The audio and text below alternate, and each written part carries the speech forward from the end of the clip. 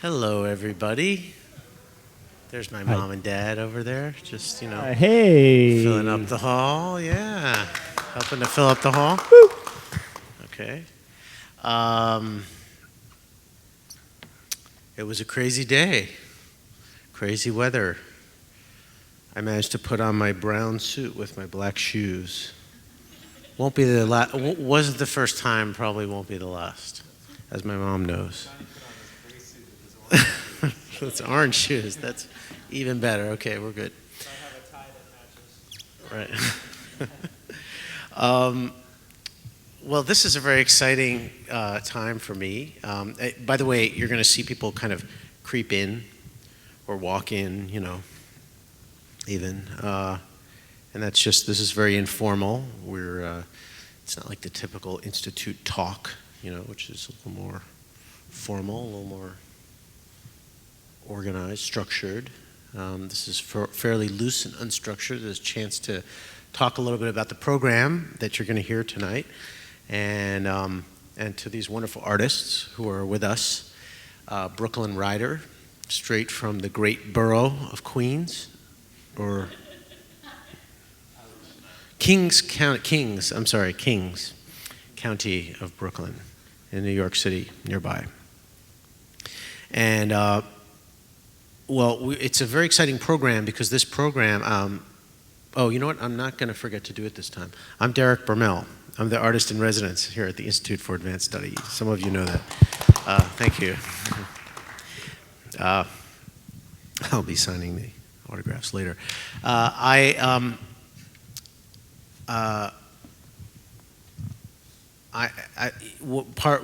of the main part of my responsibilities here is to curate this series, and so this is the Edward T. Cohn series, and we try to present widely diverging kinds of music on these programs. And tonight you're going to hear an all-American program.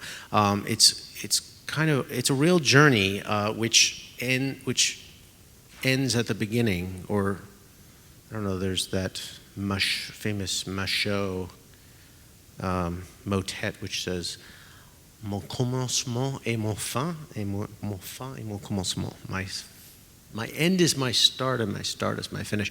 So that's a little bit. We're going to end up with the kind of linchpin work on this program, the Dvorak American Quartet, and. If you read your program notes, you'll see that coming out of that quartet is there were many questions, some answers, and some questions asked by Dvorak. And I think Americans have spent the next 100 or more years answering those questions. And this is kind of a trip through the 20th century of American music into the 21st. It's only one part of American music, but I think it covers a great cross-section, starting with the great John Cage, composer and philosopher and provocateur, and going on to Philip Glass, who's going on to have his 75th birthday next year, and Brooklyn Rider. Incidentally, they'll probably tell you more about this, but they've just finished recording a disc of Philip Glass's, all of his complete quartets, I think, and which is due to be out about next month, so that's very exciting. And then we move on to Don Byron, one of the great living jazz clarinetists, who was a real hero of mine when I was growing up. Also a great klezmer clarinetist, incidentally, and his forethoughts on Marvin Gaye. And then is me, right? I suppose. Then there's me. And then Colin Jacobson, who himself is a composer, violinist, one of the two violinists in this quartet. And that's very exciting to have with us a composer-performer. His piece is kind of inspired by Debussy, but yet there are some of those answers to the questions that Dvorak posed during the years when he was in America, 3 years, and he identified American music as being, I should say, at the time, the American composers like Chadwick and Amy Beach. Some of you have heard of her. People are starting to play Amy Beach's music more. She was known in her day as Mrs. H.H.A. Beach because she didn't, at that time, a woman took her husband's, name as. So So the American composers at that time, mostly from a kind of New England school of composers, were very influenced by European composers and really were trying to make themselves in the mold of European composers. Ironically, a European composer, Dvorak, came over from his native land of, well, I suppose now, which would be the Czech Republic, and said, hey, you know, you folks should be thinking about the music of your country, the great musics that are around you, the vernacular musics, African-American spirituals and folk songs. And of course, jazz at the time of Dvorak was not yet jazz. I mean, this was, you know, the last decade of the 19th century. But he identified, he said, there's a wealth of possibility here, and what can we do? What can American composers do to realize this? And then also, of course, Native American music. He saw great possibility in these two musics, which already had established a tradition that was quite sophisticated, and he felt that this was something American composers could call on to make their own music, and of course, they did. You know, whether you talk about Duke Ellington or George Gershwin or Leonard Bernstein or any of the composers that we know and love today. And so, anyway, I would like, perhaps we can talk a little more about this issue of, I want to first put the question to Colin about how you got started composing. I mean, you're a great violinist, one of the really great young violinists today in the States, as all these folks are tremendous soloists on their own. And how'd you get started composing? What made you start to compose? Well, you know, in high school, middle school, I did dabble. I did take composition at Juilliard Pre-College. I'm going to switch mics with you because I think mine's better. Oh, maybe I just wasn't holding it. Mine's still better. Ha. But then, as you were saying, you know, violin and chamber music became the most important thing for me for years, and it was really from, well, you said Dvorak came into America and suggested, you know, using American resources. For me, composing meant getting out of America to figure out that I needed to do something with what I was experiencing, and that was a lot of work within the Silk Road Ensemble, which is a group that Yo-Yo Ma started, and particularly a Persian musician named Kehan Kalhor, who we've worked with a lot, was a big influence. Just listening to him improvise and the pieces that he wrote that we played, and particularly a trip to Iran, after that trip, I just felt like I had experienced something special, and I needed to do something with it. Otherwise, I'd be guilty of not trying, at least. So I've been kind of running on the energy from that for the last few years. And in fact, a piece, I'm trying to finish a piece for him and us that we're going to premiere next week in California. And yeah, I don't know. It was just you will finish. Somehow I hope I will finish it. Give these guys a couple days to, you know, get the music under their belt, or they already know it. They haven't seen a note yet, but they already know how it goes. Inside, they know it. Right. So I don't know. But that's an interesting point. It was guilt, actually, and just because I do feel like the model of most of the people on this program. Yeah, even John Cage was a performer in a certain sense. He performed his music, and for sure. So performer composers feels like the question is not whether he performed, but whether it was music. That's the big question people always ask. Yeah, the piece that we're playing of his is definitely beautiful music, in our opinion, at least. But it is a fully notated piece, which he went away from later, obviously. But I think that the idea of performing composers, well, which is like the old model and never totally went away, but sort of went away for some of the 20th century, hopefully is back, and hopefully it means that there's just a good ecosystem of people doing stuff so that really, really good people can do stuff. I don't know, that's the way I feel a little bit. I mean, a lot of people say that art is cyclical, so just like, you know, politics and, you know, everything else, which can be sometimes depressing and sometimes exciting, and I mean, I think the cycle of composers and, you know, composer performers is coming back around. Maybe it'll go again, and then we'll have a period of which is different again. But this is an interesting point that you make about inspiration coming from some other place. In other words, being able to look out at something else and bring it back into your own experience. Yeah, actually, I think it's somehow you get outside of what you know, and then your brain just makes new connections. You know, you hear something that reminds you of something that you already know, and then you want to bring those worlds together in some way. And I think that learning can happen at home, but it can also, sometimes a trip can, or meeting someone or hearing something can spark that. Or drugs, you know. I mean, I'm thinking of Baudelaire, you know. Right. Absinthe. Yeah. And the Beatles. I should try that. Maybe.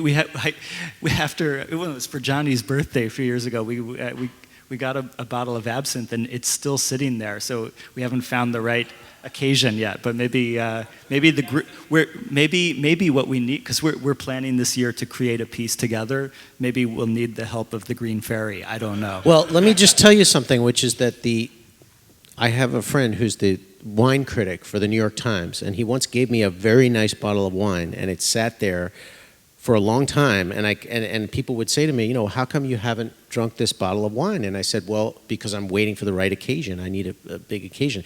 And then one friend of mine came over, and he said, opened it. Well, basically, I mean, he said, what?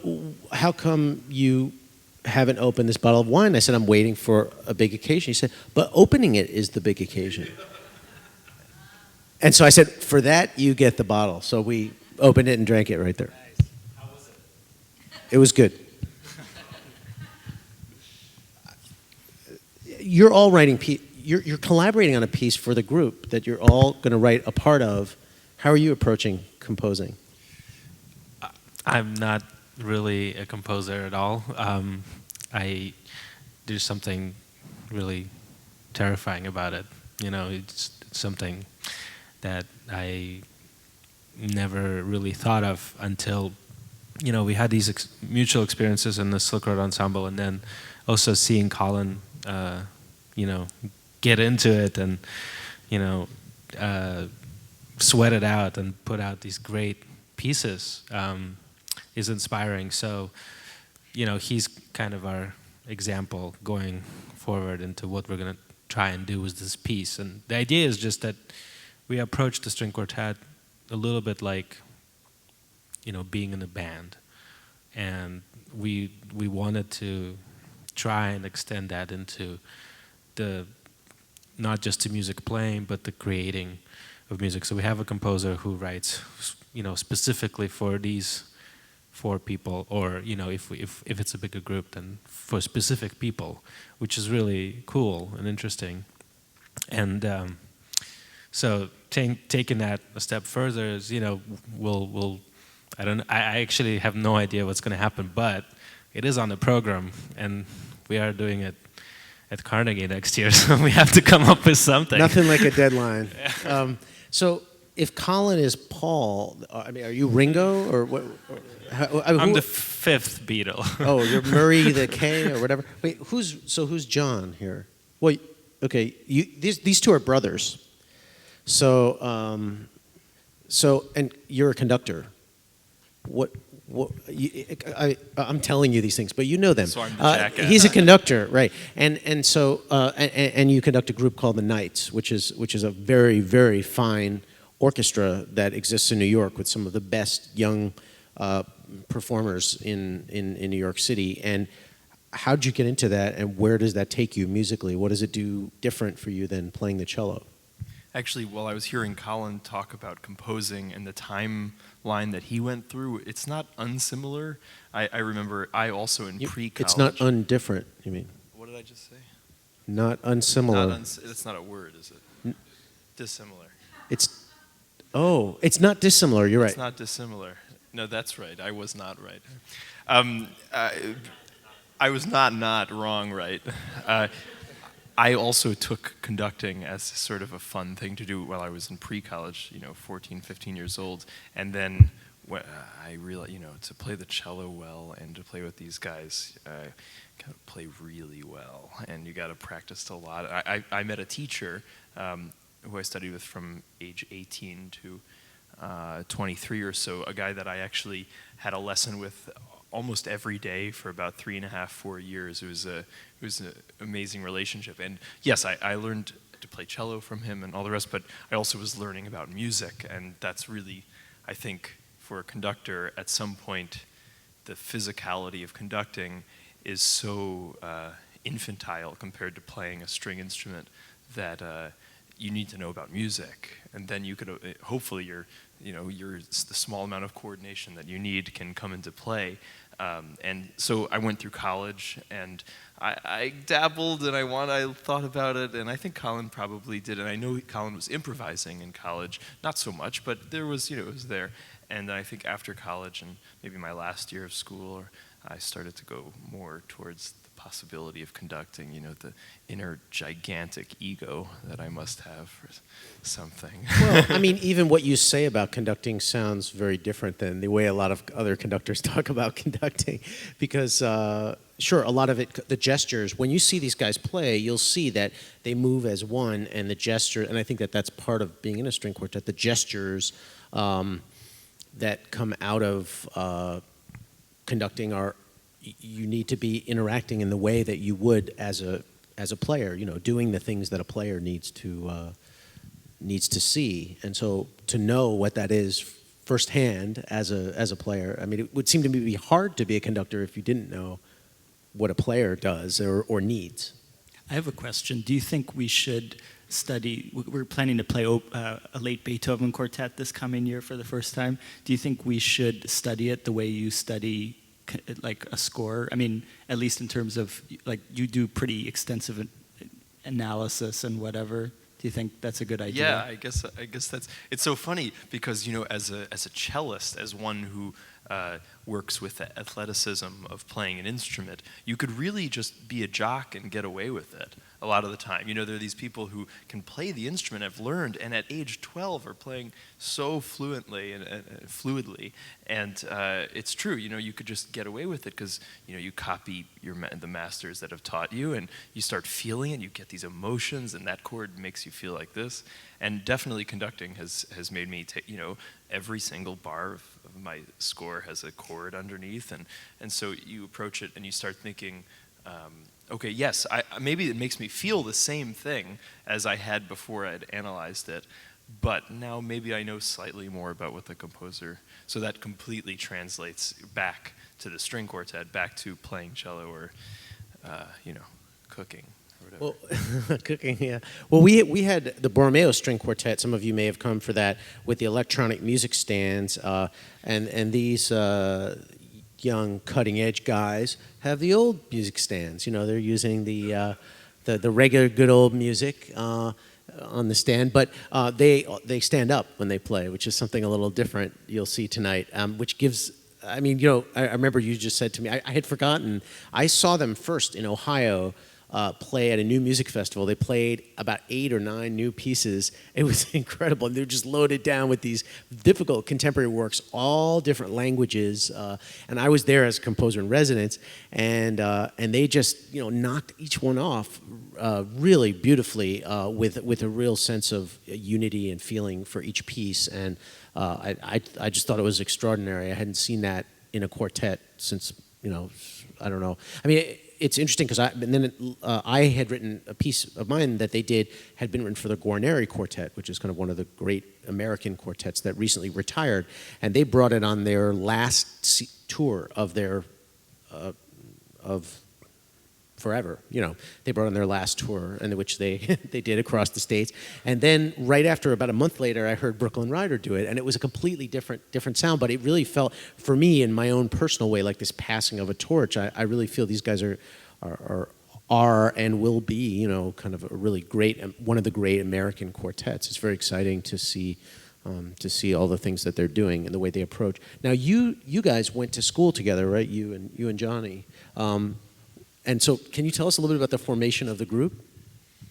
Yeah, let's see. Well, the group goes back a very long way. We've been a named quartet for a little bit more than 5 years, but that's not the entire history of the group. In fact, I think it took us about 3 years to find a name. because that's one of the hardest things of being in a quartet. I mean, it's a silly thing, of course. You know, you can pick names out of a hat, but we actually wanted to find a name that could identify us in some way and hold something that was very dear to us as a group. So, in two senses, you know, Brooklyn Rider sounds. It doesn't sound like a string quartet. We don't attach the names Brooklyn Rider String Quartet to the name. We want it to sound like it could be anything, really. So it could speak to a classical music audience, but it could actually speak to a young audience because it sounds like it could be a band name, perhaps. But also we took inspiration from a group of artists pre-World War I formed in Munich, which was the Blue Rider group, which had people like Kandinsky and Arnold Schoenberg and Franz Marc and other people who were interested in exploring new ideas in art together. And we love this idea of a collective because it very much reminds us of our home in Brooklyn, because we happen to be friends with a lot of people who are doing artistic work in different mediums, and we love the idea of working together and actually pooling those resources to create new things. And you know, you talked a little bit before about this kind of cycle that's coming around with the composer performer, and it's just exciting to be a part of that whole thing. I think every musician's dream, at least mine, is to be part of a golden age, you know, where there are good things happening with music, because you can look in music over the course of hundreds of years and you see these periods in music that were particularly productive. You know, in terms of the changing, accelerating of styles and forming new language. And so that's actually very, you know, at a time when, you know, there are so many problems with the classical music world, you know, in terms of audience and everything else in the recording industry. But actually, to us, we see great opportunity, because it means that sometimes in those atmospheres you can create so many wonderful things. So that's what we're excited about, and that's kind of who we stand for as a group. We also don't want to tear down the tradition. We love the tradition of playing, you know, Dvorak quartets and Beethoven quartets and everything else, but we also do a very healthy dose of new music and internally created music and collaborative work. And I want to let you all ask some questions to them about what they're interested in. And I'm going to do the opposite of something I saw in a Steve Mackey piece once, which I don't know how many of you know Steve Mackey, but he's the chair of the composition department here at Princeton. But he has an orchestra piece in which someone orders a pizza in the middle of the piece, in which the pizza is delivered. So I'm actually going to go order a pizza now for these guys so that it's ready when they are done. I'm not kidding. And I'm going to let you all, you want to play that? Right. And I'm going to let you ask them questions. So open it up for questions here now. Thank you. Yes.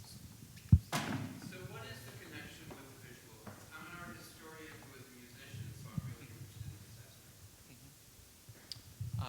You know, we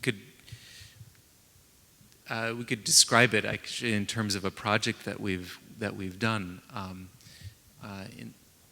in the past. This is somebody that we've collaborated with a number of times. He's a visual artist who was born in Armenia, of Syrian heritage, or mixed Armenian, other way around, born in Syria of Armenian heritage.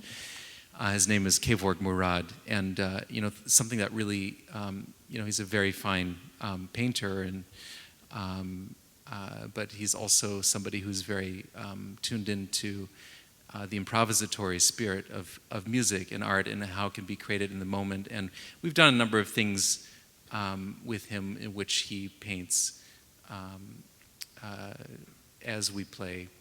And you know, in the repertoire that we choose, he's able to project it onto a screen, you know, with a special camera that he's developed and a whole technique of doing things. And from time to time, he'll also work in computer animation. So he'll bring a drawing to a point, and suddenly he's able to seamlessly link that with his animation. In that you see this image that he's drawing, and all of a sudden, magically, it takes off and does something for a while. But I mean, the nice thing about that is that we can approach certain repertoire with him. One of the pieces that we've done is a group of pieces that folk tunes that were collected by Komitas, who's the musical hero of Armenia, and these are songs that are known to every Armenian around. He's actually able to add a very special layer of meaning to that with what he does in his drawing, because these are songs that were with him since he was very young. We've done a number of other things with him as well, and he's very versatile. What's that? You're inspired by his music, and he's inspired by your music. Yeah, it's definitely back and forth. I mean, we're able to watch what he's. Does he actually stand there and you start playing and It's in real time, yeah. comes out there? Yeah, it's a very simple. He has a camcorder videotaping his pad. One time. Yes. Yeah. And it's always different. All the drawings are. I can hear you, so you probably can hear me. But yeah, it's every time we do it, it's a different experience. So that's. Because I always ask painters whether they listen to music, while they're playing, and some of them have it there as white noise, and they don't really listen to it. But some of them, it's more like that. Like I can't play, or I can't think, or my motor doesn't work, or Right. I'm not inspired unless I have that. Yeah, well, actually, the Persian musician I mentioned, Kayhan Kalhor, when Nick and I were in Iran, we visited a friend of his who's a master calligrapher, and the conversation took place in Farsi. We didn't understand, but later we found out he showed a couple of his paintings, his calligraphy, and told Kayhan that those were the ones that he listens to music when he does his work, and he dances to the music, and he dances himself into trance, and then he does his work. And those were the paintings specifically inspired by Kayhan's music. So that was pretty cool too. Well, it's one of the ways of teaching abstract art. Kids don't look at art, but they listen to music. So if you start talking about that, talking about the music and how that music, and then if you tell them about Kandinsky and Schoenberg, and like that's a historical fact. I'm trying to make visual music in paint. And they go, oh, okay, I sort of understand color now.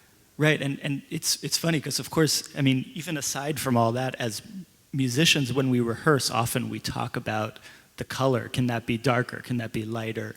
And Kandinsky certainly was talking about the vibrancy of different colors and in musical, as you said, in musical tones. Actually, the homepage is designed by this friend of ours, Kevorg, that we mentioned, and we have an online gallery with a bunch of friends who have put their works up and have offered, if they sell, that half of the proceedings go to them and half to creating new music.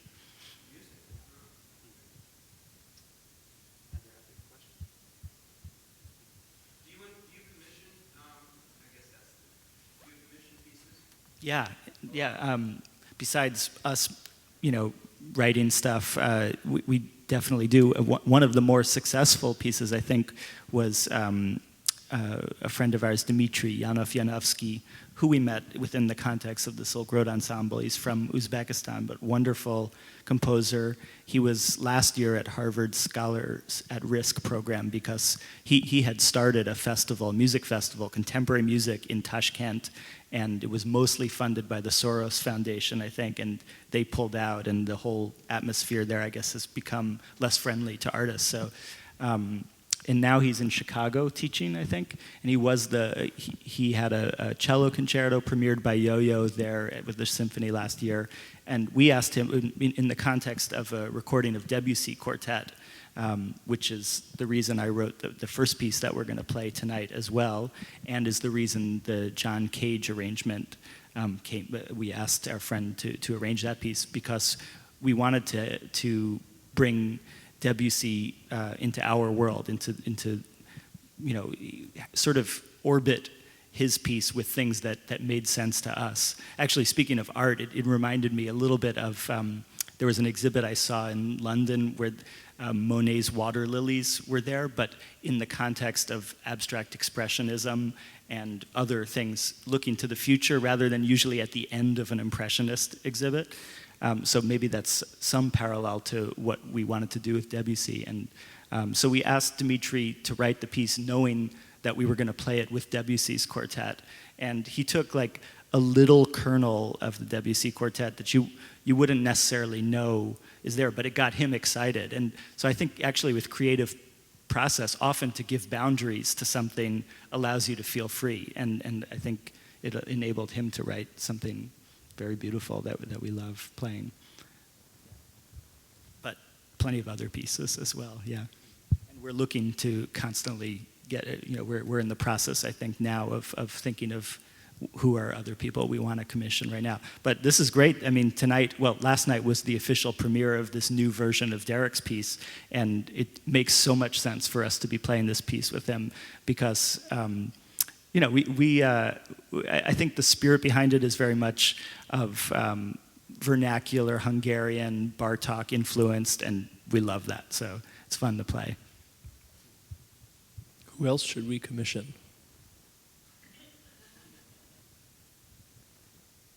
Are there any composers that you have come across here that have been really inspiring? And we're always looking for ideas. You can write us at the website if it comes to mind later. Well, you kind of remind me, I know H. Blackthorne pretty well, and I know about them, and it sounds like you're the string quartet version of that, interested in a lot of different things and doing lots of premieres and commissioning lots of pieces. Why don't you ask some of those people, ask them about the people that they... Yeah, they definitely commission a lot of great work. They've been here, and they've had artists in residence here in Princeton, and they've played with them, so... Yeah, it's a small world. Yeah, for sure. I would say one thing that we're really committed to as a string quartet is to be as broad and inclusive as possible in terms of, many aspects. I mean, number one, we like to address like many types of audiences, all different age groups. We just did a project in Florida where we played for close to 1,600 elementary school kids, and that was just wonderful, and we took away a lot actually from that whole experience. And but so we like to be inclusive in that respect, but we also like to be very much inclusive in terms of the repertoire that we choose. And I think we would never choose to describe ourselves as a new music quartet. We would probably not call ourselves a traditional quartet. I'm not even sure what that means in this day and age anyway, but we're not a group that only does collaborations. We really like to do all these things. We sort of see the world as a possible menu of choices for us, and there really is so much out there. Tell they're getting hungry. Yeah. We're lucky enough to actually have met a lot of these people through a lot of different projects that we do. So we have guides, into places and cultures that you can make a very, and I think these guides are very much. It's not just about information coming back and forth from one person to another. They're very much based in friendship. With Kehan, it took us a long time. First we had to become friends with each other in order to understand each other's music, and then in turn to actually create music together. And I see the history of all of our collaborative processes, whether they be with a composer like Dmitri or Derek. Actually, we've run into Derek a number of times before something like this was possible tonight. And so that's a very organic process for us. And I think even about the founding of the quartet, we sort of knew each other for years and years and played chamber music together and read stuff and wondered about the possibility of being a string quartet. And then we thought, let's start to think of a few names. But that was even before I think we had even fully committed to the idea in the first place. So it was a very long and organic approach. And I think that's actually a really nice way to create music in this day and age. I mean, it certainly sucks to work with people that you're not really getting along with, and it's hard to tour and be in the same place as them. trying to get things done, because I suppose the process, I mean, when you see these guys working together, you see the process is very, people ask questions and answer them usually in very respectful ways, because if you don't do that, you're not able to move forward. I mean, it's a process of negotiation, just like politics or anything else. And I think, I mean, even for me on this series here, I'm tending not to invite people that would be really difficult to work with, but people with whom you can actually make something bigger, as than what you even had supposed going into the project. So, I think it's pretty natural for a lot of musicians and artists to work in that way.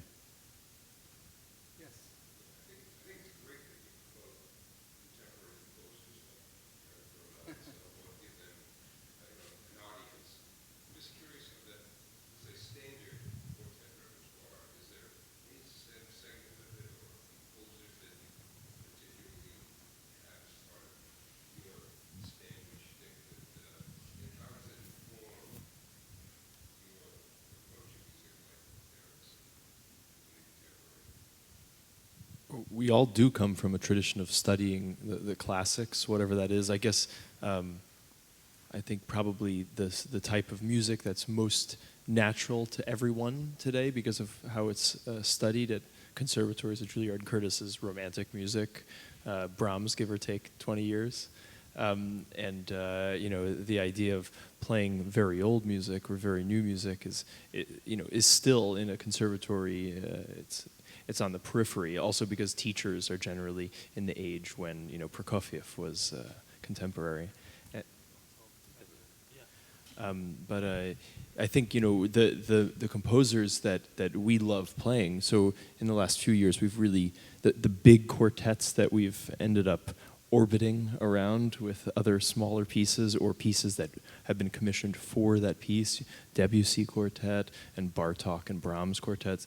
Next year we're doing a late Beethoven string quartet, which will be the first time that we've performed, I think, a Beethoven quartet together. Opus 131. Right, exactly. It's a good one to start with, yeah. Go. And Haydn and Boccherini and all these things, and I think more or less we were talking about this morning, that having one of these pillars of the tradition that we come from, Debussy quartet that Colin was speaking about earlier, and having 3 pieces commissioned as sort of using that piece as a jumping off point.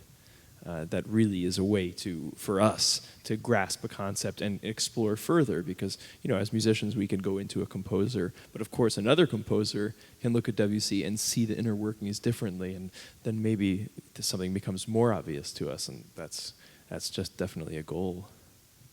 I was just going to add that Colin was talking about, or no, you were talking about conducting, like studying scores and then taking that experience back to playing in a quartet. And I think for us, the Silk Road Ensemble is kind of a study place in just being comfortable with different things. So like one thing that changed, I think, for all of us was a sense of time and rhythm, and because it's music that comes from different parts of the world, and a lot of it is based on time. And so, you get used to playing in what, people will say are odd rhythms, and they'll say it for more reasons than one. But then, if you you'll hear Derek tonight play his piece, and it doesn't sound odd at all. It sounds very, very natural. And then, so taking that back to the quartet, you'll hear it, and I think in the Dvorak, that he was inspired by folk music both from his native land and from music here, and so we actually find these connections more and more. There's just nothing really feels like none of the pieces of the great the pillars feel like they're in their own corner over here, completely like its own thing. There's inspiration, and there are roots that you could probably trace to so many different things.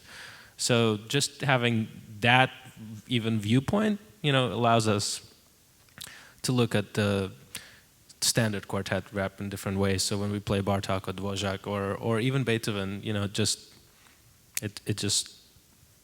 just looks different and sounds different and feels different. It's kind of a concept, just to take the last strain of what Johnny was saying. It's a concept that we play with a lot in many different musical situations that we're involved in, not just Brooklyn Rider, but this idea of flattening the hierarchy, and that really goes to music, because we come out of these traditions where, and I still remember the Curtis catalog. It's a very old school that talks a lot about preserving the traditions of the past.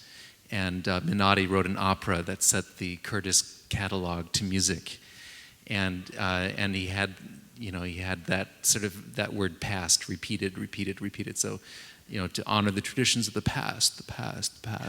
And anyway, so we really came out of school with a real desire and energy to kind of flatten that hierarchy wherever we go. So it turns on a program which has the music of Colin Jacobson, John Cage, Derek Bermel, Philip Glass, Don Byron, Dvorak. I mean, any of these composers at the moment that we're playing them actually stand to the fore, and they're valued equally in a way.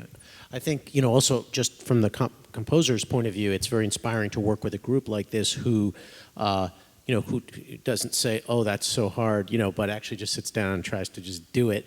And have this particular piece that you'll hear, which is just it's a movement of an orchestra piece that I transcribed for them just for this concert, that you'll hear the world premiere of tonight, or I guess it was last night technically, but we can pretend it's also tonight. But when you hear that, that kind of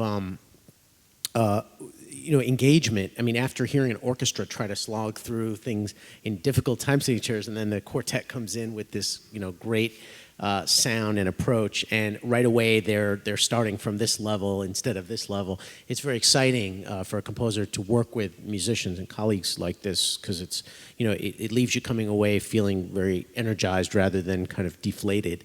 And I think that's, which is the feeling you get sometimes when you're working with orchestras. It's just part of the deal. I don't think it has to be, but right. It can be. I think it can be, but I think a lot of that is what Johnny was talking about, which is just that when you are a soldier looking at a page, and if that's the way you feel about the music, and you're being a good soldier and you're doing what it says on the page, you could be producing the music that the composer had in mind, and they might actually be happy, but they will be infinitely more happy if you actually try to get at the feel of what they wrote on the page rather than what they wrote on the page.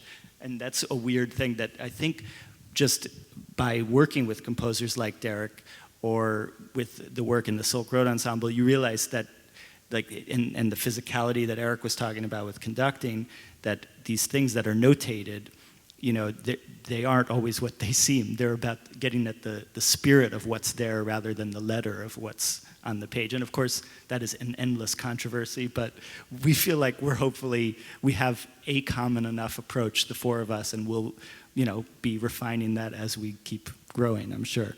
Well, I think everyone from Beethoven to Milton Babbitt would have probably said, rest in peace, by the way, would have said that yeah, I mean, I think, oh, both of them. Yeah, that's right. Both of them. Right. Well, Babbitt, is Princeton centered and just passed away, and so I think any of them would have said, that they want to get close to that. The music is an approximation for the performance. What's on the page. So I think these guys bring that to life, and it's very exciting that they're here tonight. And by the way, please go to their website and check out their CDs. The one that's there is the one where they've recorded the Debussy CD as well as Colin piece, number of other, and the Cage piece that you'll hear tonight, number of other interesting pieces, and then coming out soon, John Cage CD of all his Glass. Sorry, Philip Glass, the other guy, all of his string quartet work, plus another piece based on another movie score, right? That he did. Yeah. Another quartet. So, so in any case, I hope you will enjoy the performance tonight. This kind of journey through American music. Thank you to you guys for coming out and Thanks. See you and soon. soldiering here for us.